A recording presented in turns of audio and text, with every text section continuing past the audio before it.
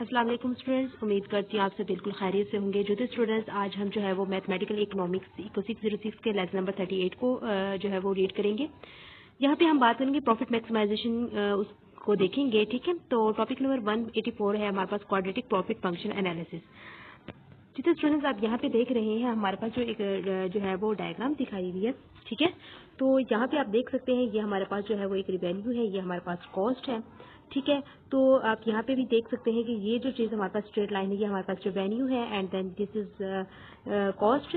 ठीक है, और ये जो है हमारे पास इन दोनों का डिफरेंस है, यानी कि हमारे पास प्रॉफिट है। आप जानते हैं कि हमारे पास जो पाई होता है, यानी कि मैक्सिमम जो होता है हमारे पास, वो किसके इक्वल होता है, आर माइनस सी, यानी कि हमारे पास profit equal to revenue minus cost. ठीक है, तो जितने स्टूडेंट्स आप एक और चीज़ जो है वो आप यहाँ पे मैं आपको बताती चलूँ। आपके पास जो स्टूडेंट्स ये चीज़ है, ये वाले, ये आपके पास जो है वो किसको शो करवा रहा है, हमारे पास ये एक नेगेटिव है। ठीक है, नेगेटिव मैक्सिमम नेगेटिव है, तो मतलब ये हमारे पास जो प्रॉफिट है वो हमारे पास कम है। लेकिन जबकि हमारे पास यहाँ पे आप बात करते हैं तो यहाँ पे आपके पास जो है वो पॉजिटिव है। ठीक है, और ये हमारे पास क्या होगा, यानी कि पॉजिटिव पाई है, यानी पॉजिटिव जो है वो प्रॉफिट है। जबकि हमारे पास जब यहाँ पे अगेन हम यहाँ पे आ रहा है, आप ये देख सकते हैं यहाँ पे हमारे पास जो फिर नेगेटिव आ जाता है। ठीक है, और इसका मतलब है कि हमारे पास क्या हो रहा है, लॉस हो रहा है। ठीक है, ये तो इसके जनरल से बात थी इसमें। तो नाउ हम देखते हैं कि consider following quadratic profit function. तो स्टूडेंट्स हमारे पास जो है ये एक क्वाड्रेटिक फंक्शन दिया गया है, pi Q is equal to H Q के plus J Q plus K, ये हमारे पास एक क्वाड्रेटिक प्रॉफिट फंक्शन गिवन है। तो स्टूडेंट्स आप यहाँ पे देख सकते हैं कि हमारे पास जो है प्रॉफिट एट एंड प्रॉफिट जो है वो एट नो आउटपुट, तो यानी अभी हमने जो है वो कोई आउटपुट जो है वो फाइंड आउट नहीं की। तो इसका जब हमारे पास फाइंड आउट नहीं की तो इसका मतलब हमारे पास क्यू क्या होगा स्टूडेंट्स, जीरो होगा। तो हमारे पास ये जो स्टूडेंट्स गिवन फंक्शंस है, तो आपने यहाँ पे इन पे जहाँ जहाँ पे क्यू है हमने यहाँ पे जीरो पुट कर देना, क्योंकि अभी हमने आउटपुट फाइंड आउट नहीं की, कोई हमारे पास प्रॉफिट ने जो है वो कोई आउटपुट नहीं निकाले। तो अब आपने जो स्टूडेंट्स जब इसके जो है वो आउट क्यू की जगह पे आपने जीरो पुट किया, तो आपके पास ये सारे फंक्शन जो हो गए, ये वाली जो चीज होगी आपके पास जीरो हो जाएगी, बाकी हमारे पास कॉन्स्ट के रह जाएगा। ठीक है, तो अब ये जो स्टूडेंट्स हमारे पास के रहा है pi F zero is equal to K, तो ये आपको जो है वो शो करवा रहा है का for the pi F zero to be meaningful के लेस देन जीरो आ जाएगा। के लेस देन जीरो स्टूडेंट्स कैसे आता है, देखिए आपको पता है कि हमारे पास जब कोई आउटपुट नहीं होगी तो हमारे पास इसका मतलब है रिवेन्यू भी नहीं होगा।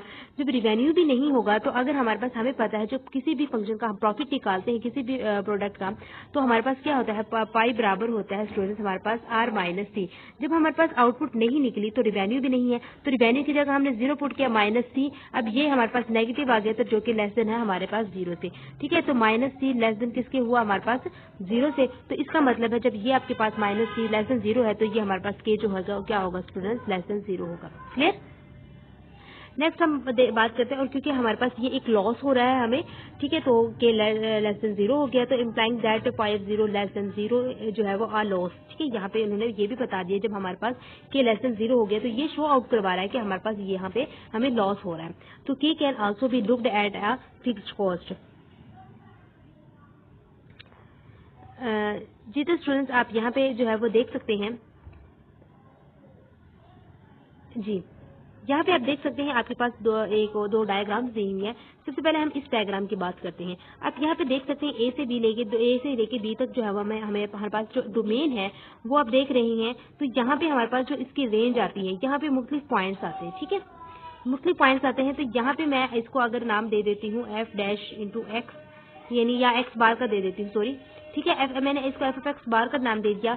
तो आप देख सकते हैं यहाँ पे हमारे पास the line is just concave, ये हमारे पास लाइन क्या है, जस्ट कनकेव है बिटवीन ए एंड बी के दरमियान। ठीक है, और the maximum is not necessarily unique, वो कहते हैं कि मैक्सिमम जो है वो हमारे पास यहाँ पे जरूरी नहीं होगा।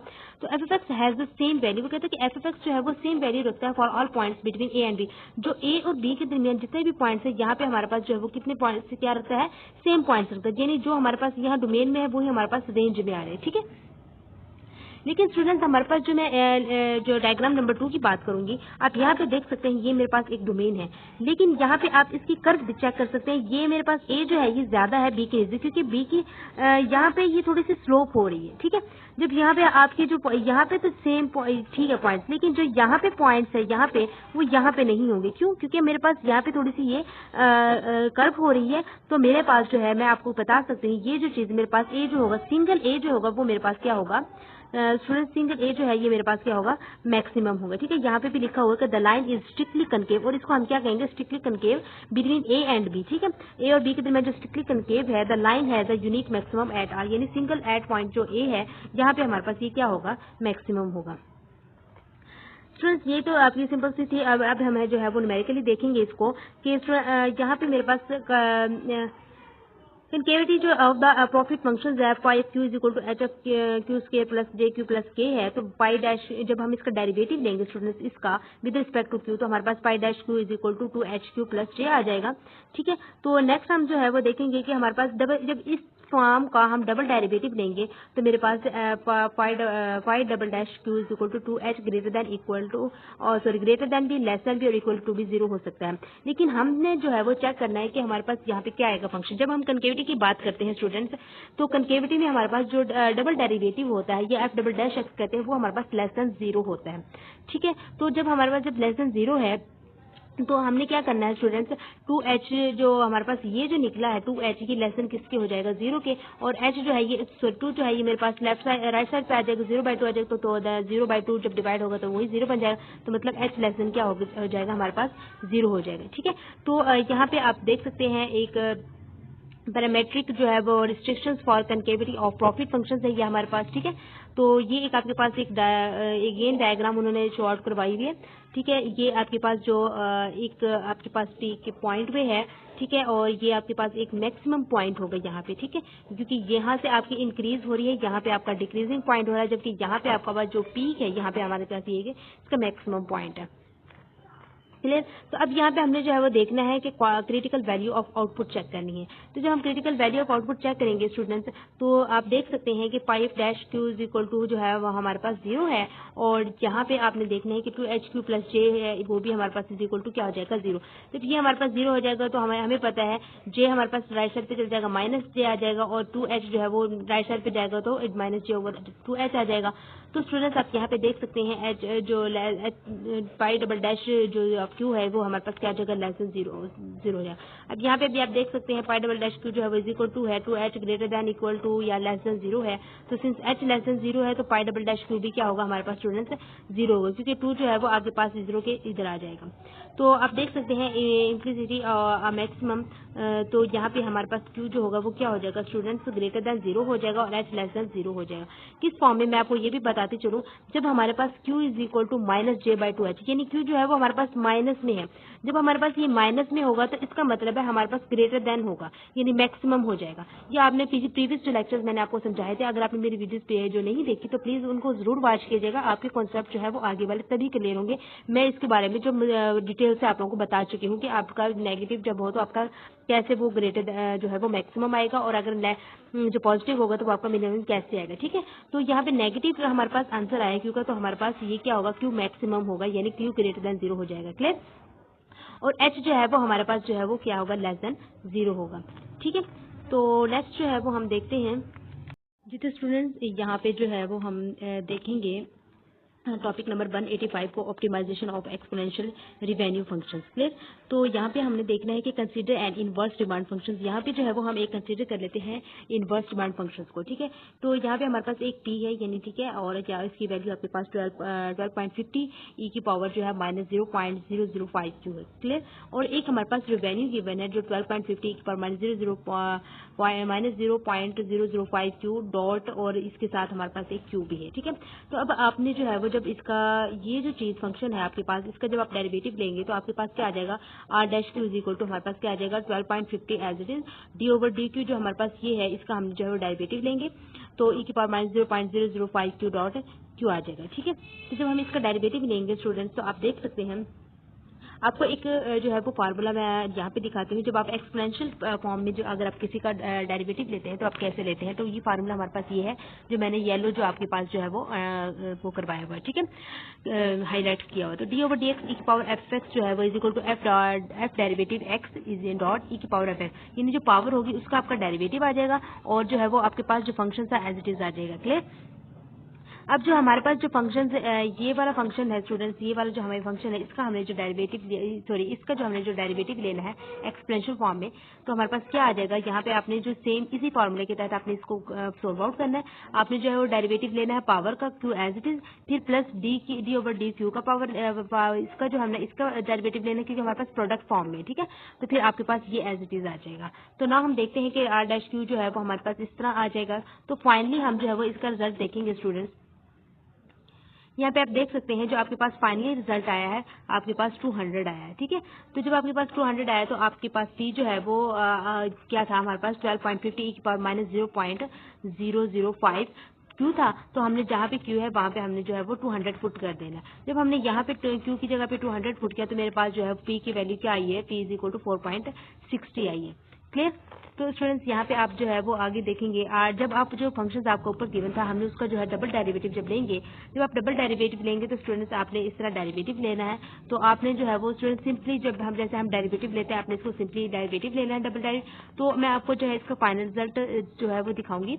तो यहाँ पे हमारे पास फाइनल रिजल्ट जो है वो स्टूडेंट्स इसका क्या आता है, आर क्यू जो था क्यू की जगह पे हमने 200 पुट किया और यहाँ पे भी हमारे पास क्या आ जाएगा स्टूडेंट्स 920 आ जाएगा, ठीक है।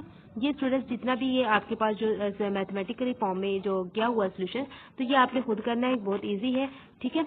तो नेक्स्ट मैं आपको अच्छा एक और चीज यहाँ पे जो है मैं बताते चलूँ, जब आपके पास इस तरह फॉर्म में आ गए, देखिए आपके पास ये जो आर डबल डेरिवेटिव जब आपने लिया था माइनस 0.0229 लेस देन 0 आया। अब ये आपके पास जब लेस देन 0 है तो मतलब हमारे पास क्या हो गया, मैक्सिमम। आपको पता है जब हमारे पास नेगेटिव फॉर्म में आता है तो वो हमारे पास मैक्सिमम होता है, अगर हमारे पास पॉजिटिव फॉर्म में आएगा तो वो हमारे पास स्टूडेंट्स क्या होगा, मिनिमम होगा। क्लियर।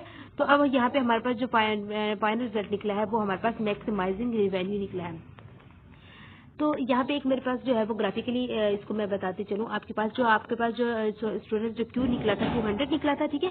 जो ये आपके पास यहाँ पे मैं आपको ये आपके पास 200 सॉरी ये आपके पास अगर हम 200 लें क्योंकि हमारे पास जो ये पीक पॉइंट पर यहाँ पे 200 तक निकलता है और यहाँ से मैं इसको बताते चलो कि आपके पास जो है वो इस 920 तक निकला है क्योंकि आपके पास रेवेन्यू जो है ये 920 निकला है जो कि मैक्सिमाइज है, ठीक है। तो ये हमारे पास इसका ये ग्राफिकली है। जी तो स्टूडेंट नेक्स्ट हमारे पास टॉपिक नंबर 86 है optimisation of more than one choice variables, यानी एक से ज्यादा हमारे पास जो है वो वेरिएबल्स होंगे, ठीक है। अब यहाँ पे आपके पास स्टूडेंट्स यहाँ पे आप देखते जाएं कि 2 और more independent variables can exist, यानी 2 या इससे ज्यादा जो है वो हमारे पास इंडिपेंडेंट वेरिएबल्स एग्जिस्ट कर सकते हैं, ठीक है। अब वो कहते हैं कि फॉर इंस्टेंस लेट्स सपोज हमारे पास एक फंक्शन है z is equal to F of into X Y, 2 variables है, ठीक है, एक्स और वाई। तो यहाँ पे हमारे पास जब 2 वेरिएबल्स होंगे तो इसका मतलब है ये हमारे पास जो ग्राफिक ये बनेगा हमारे पास एक सरफेस बनेगी या फिर हम इसे कह सकते हैं हाइपर सरफेस, ठीक है।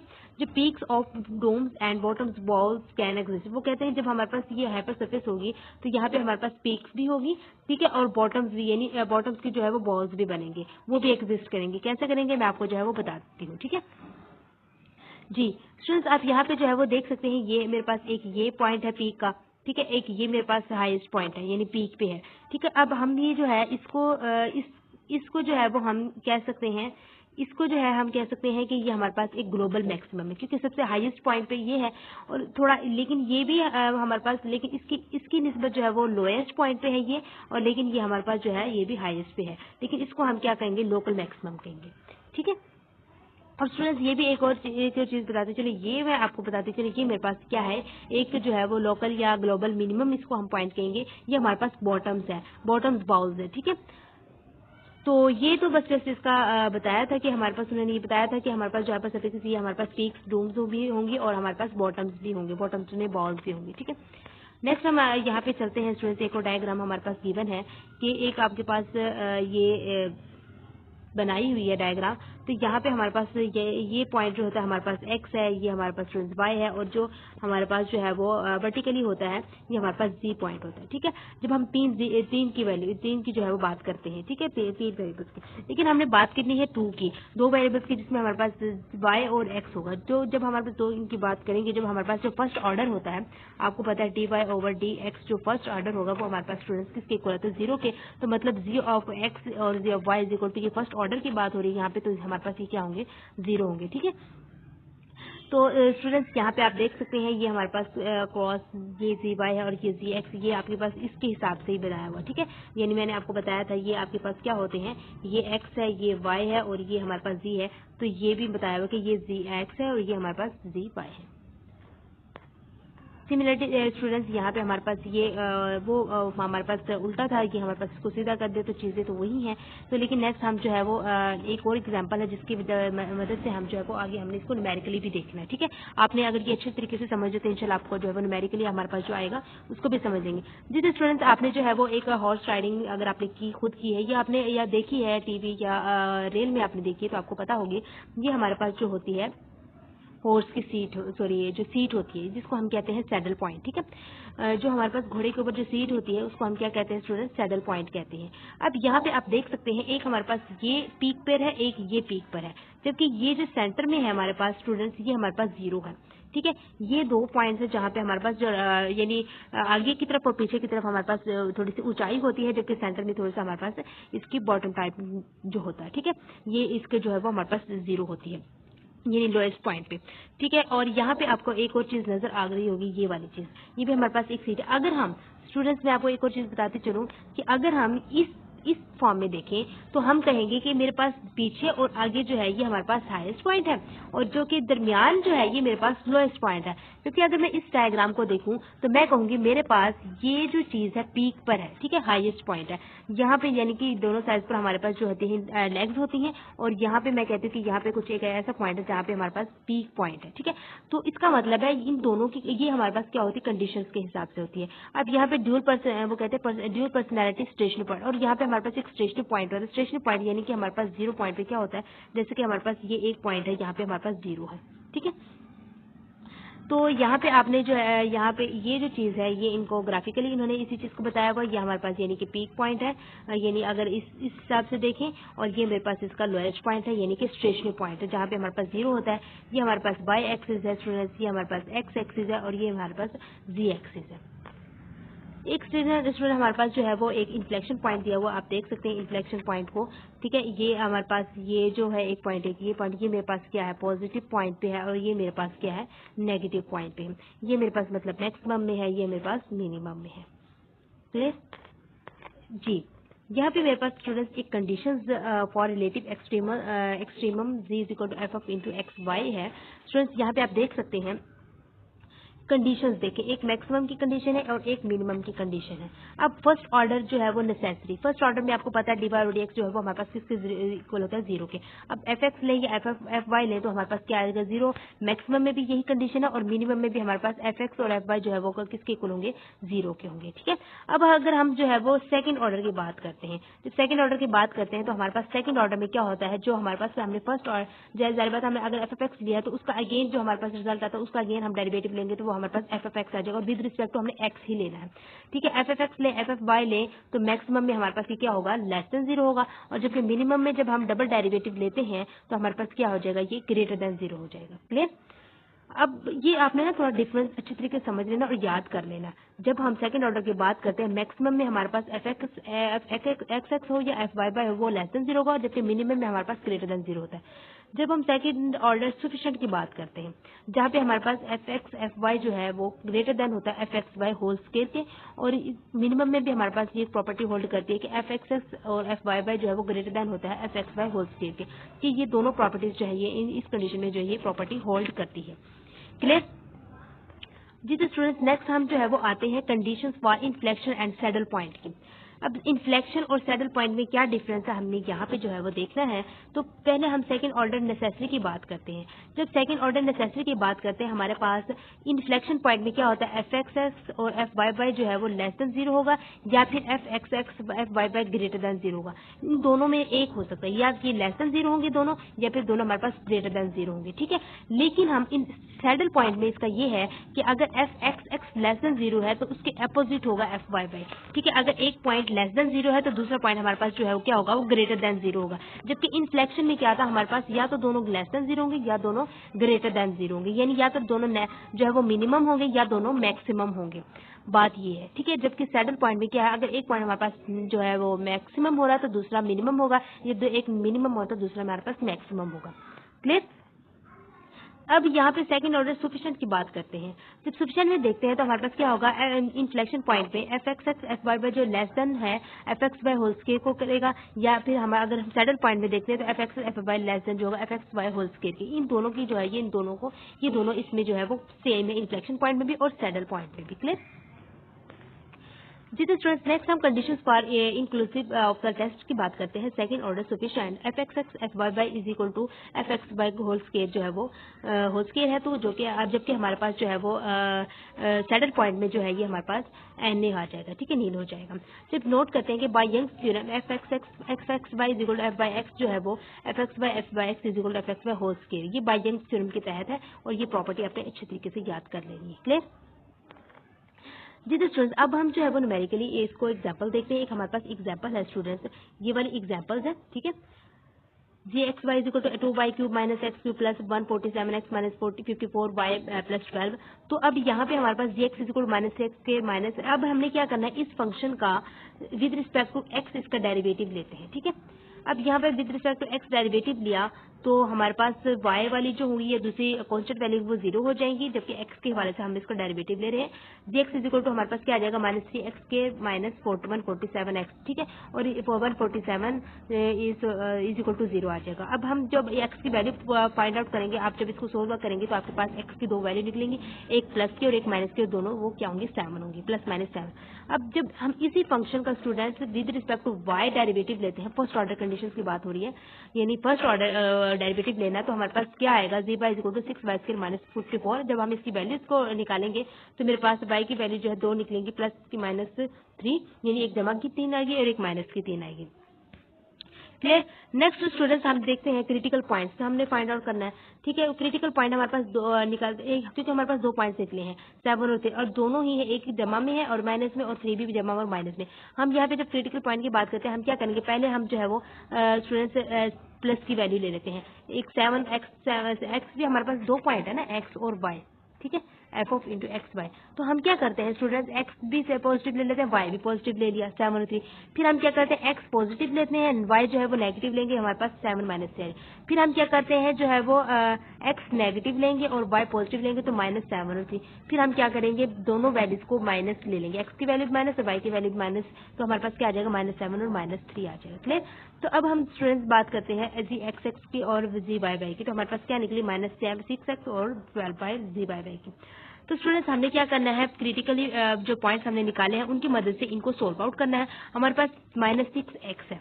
ठीक है, अब यहाँ पे हमने क्या करना है, पॉइंट हमारे पास क्या है 7 और 3, तो x की जगह जो है वो यहाँ पे हमने जो है स्टूडेंट्स क्या पुट कर देना है, वैल्यू पुट कर देनी है। तो मेरे पास क्या आ जाएगा, जब मैंने x की वैल्यू यहाँ पे 7 पुट की यहाँ पे, तो मेरे पास माइनस 47 आ गई, 42 आ गया सॉरी। ठीक है, जब हम जो जी वाई की बात करते हैं तो जी वाई यहाँ सॉरी एक मिनट जी, यहाँ पे मैंने अब जी वाई की बात करते हैं, यहाँ पे मैंने जो है वाई की वैल्यू यहाँ पे मेरे पास क्या है 3 है, तो मैंने यहाँ पे 3 पुट किया, तो मेरे पास क्या आ जाएगा, जी वाई की वैल्यू 36 आ जाएगी। सिमिलरली स्टूडेंट्स आपने जो इन सब की वैल्यूज निकाल लेनी है। ठीक है, आई होप तो आपको अब समझ आ गई कि कैसे वैल्यू निकालनी है। अब देखिए पॉइंट 1 की बात करते हैं 7 और 3 की। जब हमने 7 और 3 पुट किया था इन दोनों में, तो हमारे पास क्या आया था, माइनस 42 और 36। अब आपको पता है माइनस 42 माइनस का 42 निकला, तो मतलब लेस देन 0 हो गया। ठीक है, जब माइनस की वैल्यू, और पॉजिटिव माइनस 36 है। ठीक है, तो आपको पता है पॉजिटिव वैल्यू जो है वो हमारे पास ग्रेटर देन 0 होती है। ठीक है, तो आपने जो है वो इन दोनों की वैल्यूज देख ली। अब आपने सैडल पॉइंट की बात करते हैं। जब सैडल पॉइंट की बात करते हैं तो हमारे पास G x and G Y जो है वो हमारे पास क्या आता है, सैडल पॉइंट। ये डिफरेंट साइंस है। अब डिफरेंट साइंस कैसे है, अब आपको पता है सैडल पॉइंट में क्या होता है, अगर हमारे पास एक पॉइंट जो है वो लेस देन 0 हो और दूसरा पॉइंट जो है वो हमारे पास ग्रेटर देन 0 हो तो वो शो आउट करवाता है हमारे पास सैडल पॉइंट। अब यहाँ पे आपके पास जी एक्स की वैल्यू जो है वो लेस देन 0 और जी वाई वाई की वैल्यू ग्रेटर देन 0, ये दोनों अपोजिट है, तो इसका मतलब है ये हमारे पास क्या है, एक सैडल पॉइंट है। अब पॉइंट 2 की तरफ बढ़ते हैं। G X X is equal to हमारे पास -42 लेस देन 0 है और G Y Y less is equal to -36 greater than 0 है। आप यहाँ पे देख सकते हैं स्टूडेंट्स, ये वैल्यू जो हमारे पास निकली थी, ठीक है, इसके हवाले से आप देखेंगे तो यहाँ पे आपने देख लिया है। अब आपके पास ये दोनों पॉइंट, ये भी हमारे पास माइनस का है और ये भी माइनस का, जबकि ये माइनस का 42 लेस देन 0, ये माइनस का 36 ग्रेटर देन 0। तो बट हाउ, आपको पता है minus G X X and G Y Y जो है वो क्या करता है, मैक्सिमाइज या इन्फ्लेक्शन पॉइंट में होता है। अब जी एक्स एक्स जी वाई वाई या तो लेस देन है या ग्रेटर देन है जी एक्स वाई होस्के से, तो यहाँ पे हमने -42 और -36 पुट किया तो मेरे पास इस फॉर्म किस फॉर्म में आ जाएगा स्टूडेंट, पॉजिटिव आ जाएगा, प्लस में आ जाएगा, तो ये 0 का स्केयर आ जाएगा। ठीक है, नेक्स्ट आपने जो है वो इस पॉइंट पे पॉइंट कर, आपको पता है 7 - 3 जो है वो मैक्सिमम इज कंफर्म्ड हो गया। ठीक है, ये क्या मैक्सिमम है। फिर हमने थर्ड पॉइंट को हवाले से कर लेना स्टूडेंट्स, फिर ये आपके पास क्या आ जाएगा, मिनिमम फॉर्म में आ जाएगा, क्योंकि greater than 0 equal to 0 positive में है। जो पॉजिटिव में आएगा आपको पता है वो क्या है, मिनिमम होता है हमारे पास, और जबकि हमारे पास अगर नेगेटिव में आता है तो हमारे पास क्या होता है, वो मैक्सिमम है। ठीक है, फिर हमने जो है वो स्टूडेंट्स पॉइंट नंबर 4 को देखना है। तो हमारे पास पॉइंट नंबर 4 ये है, एक्स वाई इक्वल टू -7 -6 जब हमने पुट तो किया तो मेरे पास 42 लेस देन 0 और -36 ग्रेटर देन 0 जो हम ऊपर फाइंड आउट वैल्यू कर चुके हैं, ये वही है। ठीक है, तो आपको पता है ये एक पॉजिटिव है जो कि लेस देन 0, ये नेगेटिव है ग्रेटर देन 0 है, तो ये दोनों अपोजिट है, तो इसका मतलब है ये हमारे पास क्या है स्टूडेंट्स, सैडल पॉइंट में होता है ऐसा। ठीक है, कि दोनों जो है वो अपोजिट होंगे। तो जी स्टूडेंट्स, नेक्स्ट आपने जो है वो आपके पास 2 फंक्शंस और दिए गए हैं, ये दोनों, ठीक है, ये आपने जो है वो खुद सॉल्व आउट करने हैं सिमिलरली जैसे आपको मैंने जो है ये एग्जांपल करवाई है।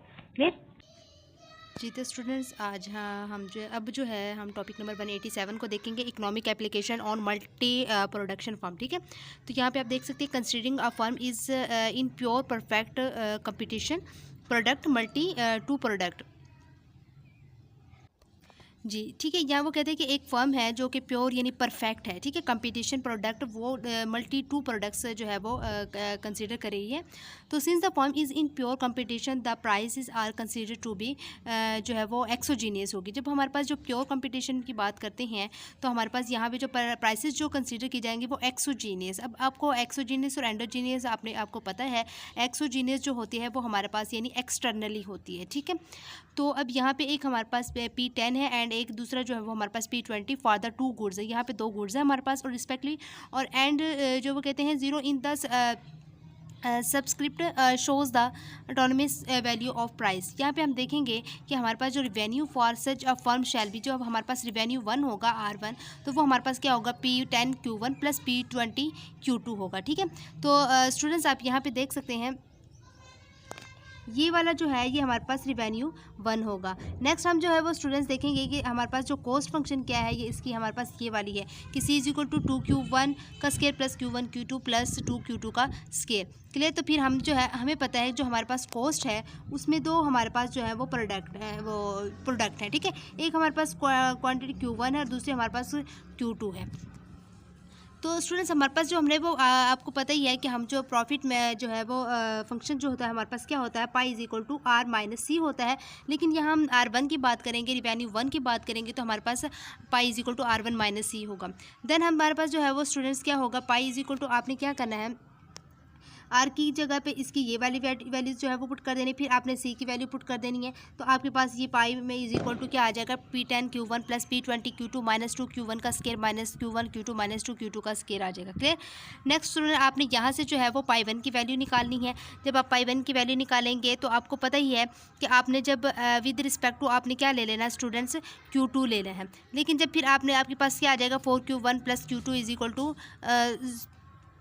सॉरी, जब हम पाई 1 की बात करेंगे तो स्टूडेंट्स आपने विद रिस्पेक्ट टू जो है वो क्या ले लेना है, वो Q2 लेना है, सॉरी Q1 लेना है, ठीक है। जब पाई 1 की बात करेंगे तो विद रिस्पेक्ट टू Q1 आपने इसका पार्शियल डेरिवेटिव ले लेना है।